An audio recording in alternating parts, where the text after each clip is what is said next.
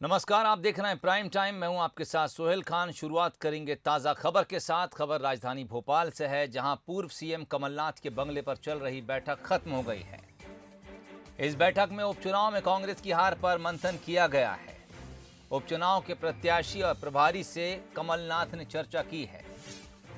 पहले पृथ्वीपुर प्रत्याशी और प्रभारी से हार की रिपोर्ट ली। उसके बाद खंडवा लोकसभा सीट की हार पर भी मंथन हुआ। जोबट प्रत्याशी और प्रभारी से भी कमलनाथ ने इस बैठक के दौरान चर्चा की है। तो ये बैठक अभी अभी खत्म हो गई है। कमलनाथ के निवास पर यह बैठक बुलाई गई थी। मध्य प्रदेश में उपचुनाव के नतीजों को लेकर इस बैठक में मंथन किया गया।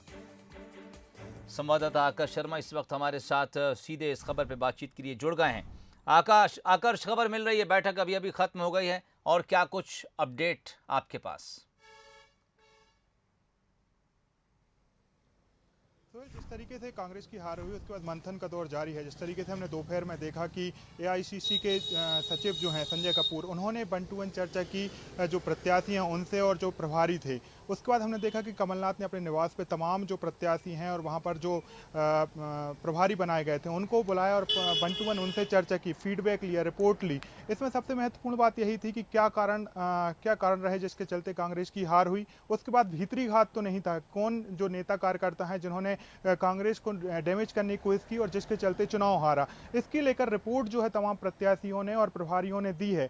और बंसल न्यूज ने भी जब प्रत्याशी नितेंद्र सिंह से बात की थी, उनसे ही बात की थी, तो उन्होंने कहीं ना कहीं दबे मुंह जरूर बोला था कि कहीं ना कहीं हमने जो रिपोर्ट है वो मीडिया में नहीं बोल सकते, लेकिन हमको जिनको बताना चाहिए हम उनको दे चुके हैं। मतलब आला जो नेता है उनको पहुंचा दी गई है कि कौन लोग हैं। मतलब लिस्ट तैयार की जा रही है कि आने वाले समय हम कह सकते हैं कि जो भीतरी घात जिन्होंने की है उनकी लिस्ट तैयार की जा रही है, उन पर कार्रवाई देखने को मिलेगी। और आने वाला जो चुनाव है, तमाम जो प्रत्याशी हारे जरूर हैं, लेकिन उनका कहना है कि जो हार है वो कम वोटों का अंतर रहा है, क्योंकि सरकार बीजेपी की है। चुनाव प्रभावित करने का भी तमाम प्रत्याशी आरोप लगा रहे हैं। उनका कहना है कि हमारा फोकस 2023 का विधानसभा चुनाव है और 24 का लोकसभा चुनाव है, उसमें हम जनता के बीच में जाएंगे तमाम मुद्दों के साथ और जीत हासिल करेंगे।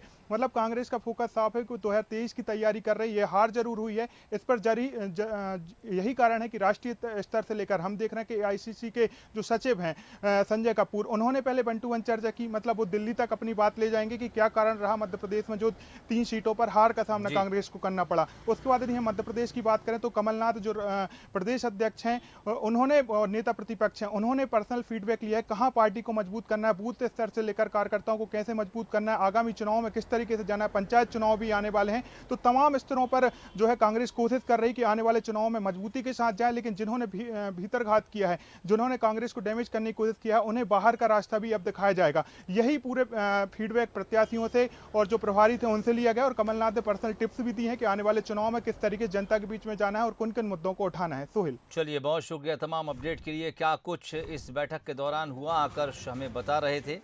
1 to 1 चर्चा कमलनाथ ने की है, रिपोर्ट दिल्ली तक पहुंचाई जाएगी। इससे पहले वो सोनिया गांधी से मुलाकात कर उपचुनाव में मिली हार पर एक समीक्षा रिपोर्ट सोनिया गांधी को सौंप चुके हैं। और अब तमाम जिलों के प्रभारियों और जो प्रत्याशी चुनाव हारे हैं उनसे भी कमलनाथ ने 1 to 1 चर्चा की है।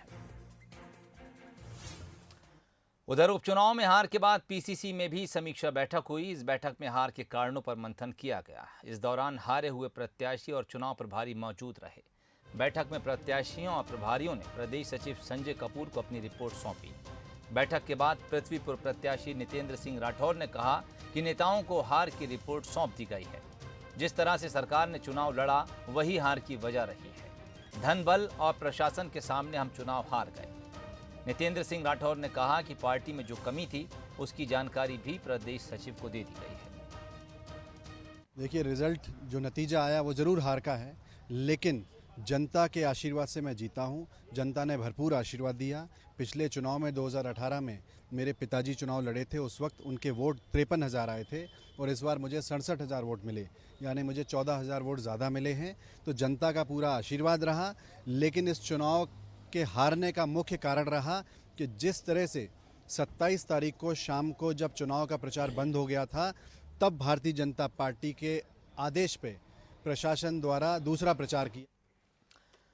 रविवार और सोमवार के सियासी घटनाक्रम पर अगर नजर डालें तो दिल्ली में बीजेपी की राष्ट्रीय कार्यकारिणी की बैठक में कई नई रणनीतियां बनी। कई राष्ट्रीय लक्ष्य भी तय किए गए, तो वहीं सोमवार को मध्य प्रदेश की सियासी फिजा भी मोदीमय दिखी।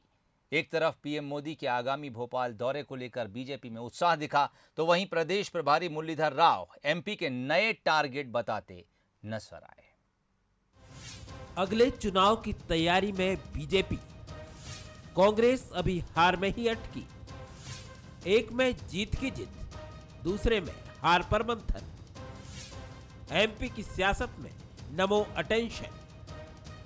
15 नवंबर को भोपाल के हबीबगंज स्टेशन का उद्घाटन करने पीएम मोदी आ रहे हैं। इस स्टेशन का नाम बदलने की भी चर्चा गर्म है। पूर्व प्रधानमंत्री अटल बिहारी वाजपेयी के नाम पर इसका नाम रखा जाएगा। भोपाल की जनता भी माननीय प्रधानमंत्री के स्वागत के लिए तत्पर और तैयार है, और मैं तो बंसल पाथवे ग्रुप को और मध्य प्रदेश के माननीय मुख्यमंत्री जी को भी इस बात के लिए बधाई देता हूं। एक इतना बड़ा अचीवमेंट गौरव दिवस के साथ वो भोपाल के अंदर, भोपाल का जो रेलवे स्टेशन होगा, जो भारत रत्न, भारत के लोकप्रिय प्रधानमंत्री श्रद्धेय अटल बिहारी वाजपेयी जी के नाम से होगा। ये तो रही मोदीमय सियासत की एक झलक, लेकिन बीजेपी ने इन सब के अलावा चुनाव की तैयारी भी तेज कर दी है। रविवार को दिल्ली में राष्ट्रीय कार्यकारिणी की बैठक में रणनीति भी तैयार कर ली गई है। बैठक में प्रधानमंत्री नरेंद्र मोदी, गृह मंत्री अमित शाह और पार्टी अध्यक्ष जेपी नड्डा, बीजेपी के वरिष्ठ नेता लालकृष्ण आडवाणी समेत सभी बड़े नेता शामिल रहे। साथ ही सीएम शिवराज समेत एमपी के 21 नेता भी इसमें शामिल हुए। देखिए, हर बैठक हमारे लिए इम्पोर्टेंट होती है, महत्वपूर्ण होती है। पार्टी की बैठक केवल चुनाव तक सीमित नहीं रहती, चुनाव का भी विश्लेषण करते हैं, लेकिन आगे बढ़ने के जो हमारे लक्ष्य हैं वो भी तय होते हैं और उसके हिसाब से आगे चलते हैं। इस बैठक में 6 महीने का लक्ष्य तय किया गया है। 25 दिसंबर तक पार्टी सभी 10,40,000 मतदान केंद्रों पर कमेटी का गठन करेगी। 6 अप्रैल 2022 तक सभी राज्यों में बूथ स्तर पर पन्ना प्रमुख नियुक्त किए जाएंगे। मई 2022 तक सभी पोलिंग बूथों पर मन की बात कार्यक्रम का प्रसारण किया जाएगा। जाहिर है इन सब तैयारियों में मध्य प्रदेश बीजेपी भी अपना योगदान देगी। प्रदेश प्रभारी मुरलीधर राव की माने तो बीजेपी का टारगेट अब 51% वोट हो गया है, लेकिन कांग्रेस इस पर क्या सोचती है, जरा उसकी प्रतिक्रिया भी सुन लीजिए। हम उस रणनीति पर कदम रखे हुए हैं और रख रहे हैं, वो है एडिंग 11% वोट टू बीजेपी। हम अब आने वाले दिनों में 50-51% पर हमारा वोट शेयर रहना है। हमारा जो आगे के पार्टी के लिए, प्रदेश की इकाई के नेतृत्व के लिए हमने चुनौती ये स्वीकार किया है और उस ओर कदम बढ़ा रहे हैं। इनका उन पे टारगेट हो सकता है उनका, और कांग्रेस का तो 100% वोट लेने का है टारगेट। हम तो 100% वोट लेंगे, कमलनाथ जी के नेतृत्व में 100% वोट लेंगे और 200+ सीट 2023 के चुनाव में आएगी। बीजेपी राष्ट्रीय कार्यकारिणी में बनी रणनीति का साफ इशारा है कि 2024 का लोकसभा चुनाव भी मोदी के चेहरे पर ही लड़ा जाएगा। बीजेपी ने एमपी उपचुनाव में जीत का श्रेय भी पीएम मोदी के कामों को दिया है। एमपी की सियासत के केंद्र में फिर मोदी ही रहने वाले हैं। वैसे 15 नवंबर को उनके भोपाल दौरे को लेकर भी माहौल मोदीमय हो गया है और आगे भी जुमा पर मोदी नाम ही रहने वाला है। Bureau report, Bansal news, Bhopal. और अब बात छत्तीसगढ़ की। झीरम घाटी मामले में रिपोर्ट राज्यपाल को सौंपे जाने के बाद राजनीति फिर से गर्मा गई है। झीरम मामले पर मुख्यमंत्री भूपेश बघेल का बयान सामने आया है। उन्होंने कहा है कि मीडिया से पता चला कि राज्यपाल को रिपोर्ट सौंप दी गई है। परंपराओं के मुताबिक अब तक रिपोर्ट राज्य सरकार को सौंपी जाती रही है। सीएम बघेल ने कहा कि मेरा और कांग्रेस का मानना है कि झीरम कांड में षड्यंत्र रचा गया था। जांच आयोग ने समय बढ़ाने की मांग की थी। बीजेपी पर निशाना साधते हुए सीएम ने कहा कि बीजेपी की तत्कालीन सरकार और केंद्र सरकार किसे बचाने की कोशिश कर रही है, बताएं। जानकारी मिली कि राज्यपाल महोदया के पास ये रिपोर्ट सौंप दी गई। ये मीडिया के माध्यम से पता चला, हमें कोई राजभवन से इसकी जानकारी नहीं मिली है। दूसरी बात यह है कि अभी तक के लगभग 7 या 8 आयोग की गठन राज्य सरकार ने किया है। मान्य परिपाटी ये है कि उसे राज्य सरकार के पास सौंपा जाता है और एक्शन टेकन रिपोर्ट के साथ विधानसभा के पटल में आयोग के रिपोर्ट को रखा जाता है। लेकिन ऐसा नहीं किया गया है, राज्यपाल महोदय के पास भेजा गया है। ये जानकारी भी राजभवन से नहीं बल्कि मीडिया के माध्यम से जानकारी हुई है। तो इसका अर्थ ये हुआ है कि ये जांच रिपोर्ट आधी अधूरी है। वहीं मामले में बीजेपी ने भूपेश सरकार पर पलटवार किया है। बीजेपी नेता ब्रजमोहन अग्रवाल ने कहा कि राज्यपाल को रिपोर्ट सौंपना गलत नहीं है। कांग्रेस राज्यपाल को रिपोर्ट सौंपने से डरी हुई है। संविधान की किस धारा के अंतर्गत, संविधान के कौन से अनुच्छेद के अंतर्गत राज्यपाल को रिपोर्ट सौंपा जाना गलत है? ये कांग्रेस डर क्यों रही है? हम तो कहेंगे कि राज्यपाल जी कोई रिपोर्ट पर निर्णय नहीं करते हैं।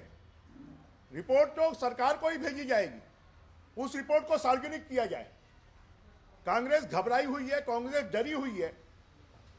न्यायिक आयोग जो है उसके ऊपर में संदेह करना, उसके ऊपर में, ये तो पूरे देश की न्याय व्यवस्था के ऊपर में संदेह करना है। और ये संदेह कर कर ये सरकार शर्मनाक काम कर रही है। वहीं जनता कांग्रेस के प्रदेश अध्यक्ष अमित जोगी ने मामले पर ट्वीट करते हुए कहा कि अगर जांच रिपोर्ट में सरकार के किसी मंत्री का जिक्र हो तो आयोग अपनी रिपोर्ट मंत्रिमंडल की जगह राज्यपाल या राष्ट्रपति को सौंप सकता है। अमित जोगी ने आगे कहा कि जब तक राज्यपाल रिपोर्ट का परीक्षण कर किसी निर्णय पर नहीं पहुंचती हैं, तब तक उस पर किसी भी प्रकार की राजनीति करना न्यायालय की अवमानना होगी। बिलासपुर में कांग्रेस उपाध्यक्ष अकबर खान की ओर से सार्वजनिक तौर पर शहर विधायक को कहे गए अपशब्द ने खासा बवाल मचा दिया। ये मामला प्रदेश कांग्रेस कमेटी के पास पहुंच गया है। पीसीसी ने शहर अध्यक्ष विजय पांडे के माध्यम से 3 सदस्यीय टीम बनाई। इस टीम के पास आज सबसे पहले शैलेश पांडे अपना बयान दर्ज कराने पहुंचे। उधर कांग्रेस के उपाध्यक्ष अकबर खान भी विधायक के जाने के बाद कांग्रेस भवन पहुंचे और अपना बयान दर्ज कराया। बयान दर्ज करवाने के बाद दोनों नेताओं ने क्या कुछ कहा, सुनिए। कांग्रेस के शहर अध्यक्ष आदरणीय श्री विजय पांडे जी ने मामले में जो है जांच समिति बनाई थी और उस जांच समिति के जो सदस्य थे आदरणीय राजेश पांडे जी, आदरणीय भुवनेश्वर यादव जी, उन्होंने मुझे आज कांग्रेस भवन बुलाया था। मैं भी सोचता हूं कि कोई कुछ भी बोल देता है, कुछ भी, कोई गाली भी दे देता है, कोई कॉलर पकड़ लेता है, कोई पैराशूट विधायक बोल देता है। ये सब घटनाएं जो हो रही हैं अच्छी घटनाएं नहीं हैं। इससे पार्टी की छवि खराब होती है और पार्टी हाईकमान को, अध्यक्ष जी को इन सब बातों पर संज्ञान लेना चाहिए। मैंने जांच कमेटी को अपना पक्ष रखा है। मैं शुरू दिन से ये बोलते आ रहा हूँ कि ये जो वीडियो है वो वीडियो एडिट किया हुआ है और मैं प्रशासन को आवेदन भी दिया हूँ। और इसमें जो एडिट किए हैं, जो लोग वीडियो बनाए थे उन लोग ने एडिट करके इसका प्रचार किया है। और मेरा माननीय विधायक जी सम्मानीय विधायक हैं, है ना, मैं उनका बहुत सम्मान करता हूं। वहीं कांग्रेस की जांच समिति दोनों पक्षों के बयान दर्ज करने के बाद रिपोर्ट को पीसीसी के पास भेजेगी। उसके बाद पीसीसी निर्णय करेगा कि इस मामले में किसके खिलाफ क्या कुछ कार्रवाई की जाना है। पांडे जी हम लोगों को जांच कमेटी बनाकर एक जिम्मेदारी सौंपे थे। वो जिम्मेदारी सिविल लाइन थाने का एक वीडियो वायरल हुआ, उस संबंध में था। और दोनों पक्षों को जांच समिति के द्वारा बुलाया गया। हमको 15 तारीख तक रिपोर्ट देना है, पर क्योंकि ऐसा लगता है कि हमारी 2-3 दिन में हमारी जांच खत्म हो जाएगी, तो हम जल्द से जल्द रिपोर्ट दे देंगे। उसके बाद सारी जानकारी और सारा डिटेल वो आपके सामने।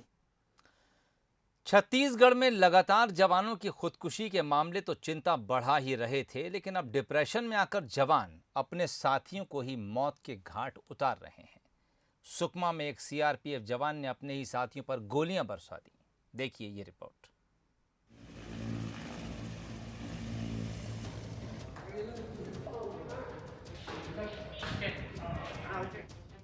अस्पताल के बाहर भीड़ और स्ट्रेचर पर जवान। ये अफरा तफरी एक बार फिर जवानों के आपसी विवाद के बाद निर्मित हुई। दरअसल सुकमा में एक सीआरपीएफ जवान ने AK-47 से अपने ही साथी जवानों पर गोली चला दी। घटना में 3 जवानों की मौके पर ही मौत हो गई। वहीं एक जवान ने इलाज के दौरान दम तोड़ दिया। इस फायरिंग में 3 जवान घायल हुए हैं, जबकि 2 गंभीर रूप से घायल जवानों को हेलीकॉप्टर से रायपुर लाया गया। सुकमा जिले के मारेगोड़ा थाना क्षेत्र के लिंगनपल्ली सीआरपीएफ कैंप में इस वक्त मैं मौजूद हूं, जहां पे अनहोनी हादसा घटी यहाँ पर। और बड़ी दुखद घटना है जो मैं आपको बता दूं। इस वक्त मेरे पीछे जो दिख रहा है आपको कैंप, इसी कैंप में जवानों के बीच में एक अनहोनी हो गई और उस बीच दोनों के बीच में बाताबाती ज़्यादा गहरी हो गई और एक जवान ने कुछ जवानों के ऊपर अंधाधुंध फायरिंग किया। घटना के बाद आरोपी जवान को हिरासत में ले लिया गया है। ऐसा बताया जा रहा है कि आरोपी मानसिक तनाव से गुजर रहा था। कुछ दिन पहले भी उसकी बहस अपने साथी जवानों से हुई थी। सभी जवान सीआरपीएफ की 50वीं बटालियन के हैं। एक जवान अपने अन्य साथी लोगों के ऊपर गोली चला लिया है। इसमें अब तक मिली जानकारी अनुसार 4 लोग की मृत्यु हो गई और 3 लोग घायल हुआ। तीनों घायल में 2 को रायपुर रेफर किए गए इलाज के लिए और 1 का बतराचरण में इलाज चल रहा है। तीनों की स्थिति अभी ठीक बताई जा रहा है। इस टाइप का घटना का अनेक कारण हो सकता है। कुछ मानसिक स्थिति हो सकता है, कुछ पारिवारिक कारण हो सकता है। इन सब तमाम पहल पर हम लोग अभी जांच पड़ताल करेगा। ये कोई पहला मौका नहीं है कि जब किसी जवान ने टेंशन में आकर इसी तरह का कदम उठाया हो। 25 मार्च 2021 को बीजापुर में आपसी विवाद में 4 जवानों की मौत हो गई थी, जहां 168वीं बटालियन के जवान संतराम ने फायरिंग की थी। इसके अलावा 8 जून 2021 को झारखंड के चतरा में 2 जवान आपस में भिड़े थे। एक जवान ने दूसरे की हत्या कर खुद को भी शूट कर लिया था। तो वहीं 10 दिसंबर 2017 को बीजापुर में 4 जवान आपस में भिड़े थे, जिसमें 2 SI, 1 ASI और 1 जवान की मौत हो गई थी। इन सभी के अलावा 25 दिसंबर 2011 को कुलगाम में सीआरपीएफ जवान के आपस में भिड़ने से 3 जवान शहीद हुए थे। इधर सीएम भूपेश बघेल ने घटना को दुर्भाग्यपूर्ण और दुखद बताया है। बहुत दुर्भाग्यजनक घटना और ये बेहद ही दुखद है और सीआरपीएफ कैंप में हुआ है। सारे सीआरपीएफ के जवान थे। वो चूँकि उसका स्थानांतरण जम्मू कश्मीर हो चुका था, 13 तारीख को उसकी छुट्टी भी स्वीकृत हो गया था। अब किन परिस्थितियों हुआ वो जांच के बाद ही पता चलेगा कि आखिर क्या परिस्थिति बनी कि उनको ब्रस्ट फायरिंग करना पड़ा और 4 लोगों की मृत्यु हुई और कुछ घायल हुए। और पता नहीं क्या हुआ है। अभी फायरिंग किया वो, जिसमें 7 लोगों को गोली लगी, 4 वहीं पे मृत हो गए हैं और 3 घायल हैं। 3 घायल में से 2 घायल को रायपुर शिफ्ट किया गया है, एक नारायणा में और एक रामकृष्ण में। एक वही है, मतलब वो उतना ज़्यादा सीरियस नहीं है। इसलिए हमारे पुलिस विभाग के जो आईजी हैं सुंदर राज, उसको रवाना कर दिए हैं। सीआरपीएफ के अधिकारी भी रवाना हो गए हैं। सीआरपीएफ का ही है बटालियन, हमारा पुलिस का नहीं है। और सीआरपीएफ वालों ने जांच कमेटी बना ली है, तो अब वहाँ पहुँचेंगे, उससे बयान लेंगे तो पता चलेगा कि क्यों ऐसा किया उसने। जाहिर सी बात है कि सुकमा नक्सली प्रभावित क्षेत्र है। ऐसे में जवान जटिल परिस्थितियों में 24 घंटे की ड्यूटी कर रहे हैं। ऐसे में सवाल उठते हैं कि क्या जवानों को वीकली ऑफ का फायदा और समय पर छुट्टी मिल पा रही है? क्या वे अपने घर परिवार को समय दे पा रहे हैं? कहीं ऐसा तो नहीं कि जवान टेंशन भरी ड्यूटी कर रहे हो? इस घटना का कारण क्या है, ये जांच में सामने आएगा। लेकिन इसके पहले हुई आपसी टकराव की घटनाओं में जवानों में मानसिक तनाव बड़ी वजह मानी गई थी। Bureau report, Bansal news.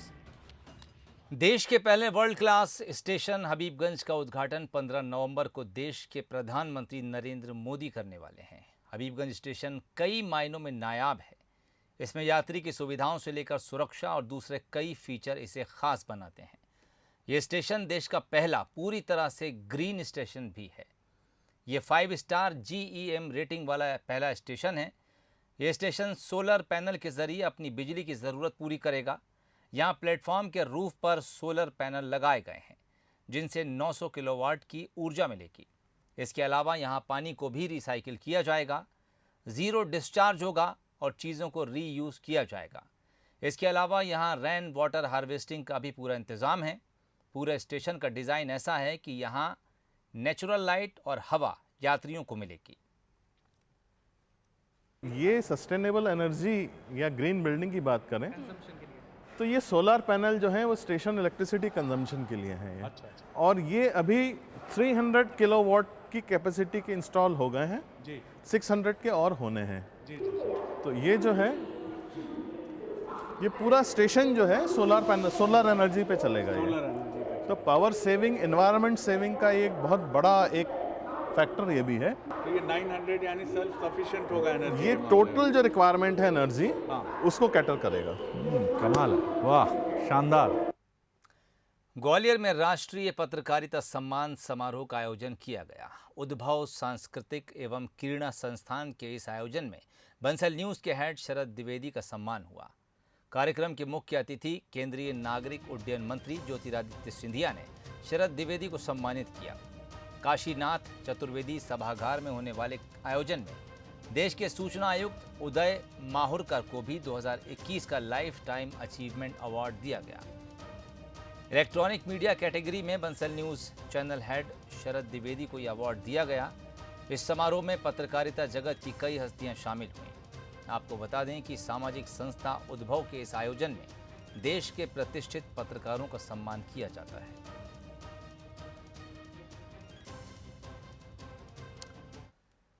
और खबर इस वक्त राजधानी भोपाल से है, जहां के हमीदिया अस्पताल के बच्चा वार्ड में आग लगने की खबर है।